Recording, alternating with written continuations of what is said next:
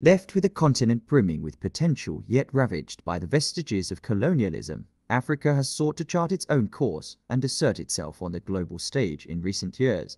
However, the United States, once a major player in African affairs, has seen its influence and relevance in the region decline. The war on terror and turbulence in the Middle East have occupied much of Washington's bandwidth when it comes to geopolitics. This distraction from Africa has opened space for other world powers like China and Russia to fill the void and expand their footprint across the continent via investments, security partnerships, and more. Furthermore, the appetite for democracy promotion and nation-building projects has waned in Washington, given failures in places like Libya. There is less eagerness to fund civil society programs or back political transitions as the US once did. With less moralizing pressure from the West, African governments have greater freedom to pursue their own models of governance, for better or worse. The rise of more assertive middle powers like Ethiopia, Kenya, and South Africa has also challenged the centrality the US once enjoyed in African affairs. These regional hegemons increasingly drive the agenda when it comes to economic integration and security issues. Given these factors and trends, should we conclude that America has surrendered its interests in Africa? Can emerging players truly match the scale of its influence? Stay tuned as we explore the reasons why the United States' role in Africa is shrinking. Number 1. African hesitance to support US priorities. In key foreign policy issues, most African nations have declined to simply fall in line behind US positions. For example, during votes on Russia's invasion of Ukraine at the UN, nearly half of sub-Saharan African countries abstained or didn't show up.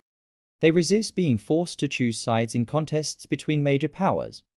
Similarly, many African governments have pushed back strongly against Western pressure related to LGBTQ rights. The US and others often tie humanitarian aid and preferential trade status to adopting more progressive social policies, but issues of sexual orientation and gender identity remain sensitive and controversial across much of Africa. Efforts to coerce change frequently backfire. This hesitance to automatically support US priorities on Ukraine's sovereignty, LGBTQ equality, and other touchy matters undermines American influence. African nations guard their independent stances, even at the cost of ruffling feathers in Washington or at the UN. Rival powers like Russia and China pointedly avoid these sorts of ideological impositions in their engagement, making them appear as more appealing, respectful partners to many. Number 2. Increasing influence of other global powers. A major reason behind the declining US role is that other countries have stepped up their presence across Africa. Major powers like Russia and China have aggressively pursued stronger economic, military, and diplomatic ties. Through major investments, infrastructure projects, and security partnerships, they aim to tap into Africa's potential while expanding their geopolitical influence. For instance, China has provided over $143 billion in financing to African countries since 2003, drastically outpacing American involvement. Number 3. Outdated Western attitudes. Some argue that patronizing Western attitudes have also alienated African nations and opened the door for other countries. Decades of viewing Africa as simply a recipient of aid failed to cultivate an equal partnership. Western focus on humanitarianism, without adequate investment for mutual benefit, don't work anymore for many African governments. They now welcome alternatives that respect their sovereignty while boosting growth. We were so happy when the Russian foreign minister came. He was at home here. This is home. You should have looked at all the comments everywhere in the social media. Our people were so happy to have a Russian foreign minister here. We are happy that they saw it befitting to respect us and to come to us as a way of saying we respect you and we want to give you some form of an explanation as to what is really happening.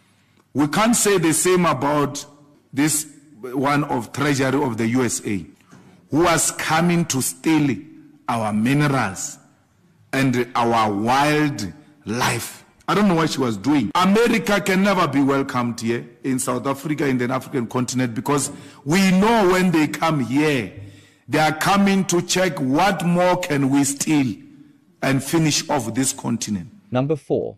Focus on humanitarian aid over investment. Unlike rivals, US engagement in Africa still centers on providing humanitarian and development assistance. But this one-sided aid relationship breeds dependence, not partnership. Countries like China and Japan have instead focused investment on infrastructure, telecoms, manufacturing, and other productive sectors. This builds economic ties while growing their soft power appeal. American firms still see Africa as high risk and low reward. Number 5. Loss of US credibility. Botched interventions, lack of follow-through on commitments, inconsistent policies between administrations, and souring public opinion of endless wars have all hurt the US credibility globally. Why closely aligned with America if support for your government evaporates every 4 to 8 years? Rivals pitch themselves as more reliable, and memories of disastrous moves, like NATO's overthrow of Gaddafi in Libya, remind African nations that Western help can quickly turn harmful. What are the consequences of this soaring relationship? This decline in US leadership across Africa risks upending the balance of power more broadly. First and foremost, vital security interests could be threatened if terrorist groups gain footing or rivals gain military facilities along strategic waterways. Economically, the US loses out on the enormous consumer and labor potential of the world's youngest population, projected to double by 2050. And in terms of soft power, as culture, tech, and education become less accessible and aspirational, rivals eagerly push their own narratives, models, and products instead. Criticisms. Many foreign policy experts contend that the US leadership is making a grave strategic error in surrendering influence across Africa. America cannot champion democracy, stability, and human rights while ignoring a continent soon to represent 1 in 4 humans on Earth. Partners there eagerly await renewed commitment, but they warn that the window of opportunity is closing fast. Either America re-engages substantively, or risks becoming a peripheral player among emerging African powerhouses increasingly courted by assertive competitors. And so, there you have it. An in-depth look at the complex geopolitics behind America's shrinking influence across Africa, as emerging powers rush to fill voids left by an increasingly distracted and disenchanted United States. The future dynamics shaping the continent hang in the balance. I hope you found this analysis thought-provoking. Let me know in the comments what other pressing African affairs issues you would like explored in future videos. Don't forget to like, share, and subscribe to stay up to date on the evolving global power plays. And if you want to dive deeper into the brewing US-China rivalry for African hearts, minds, and resources, check out my next video on what China is really doing in Africa. You won't want to miss that boots-on-the-ground perspective.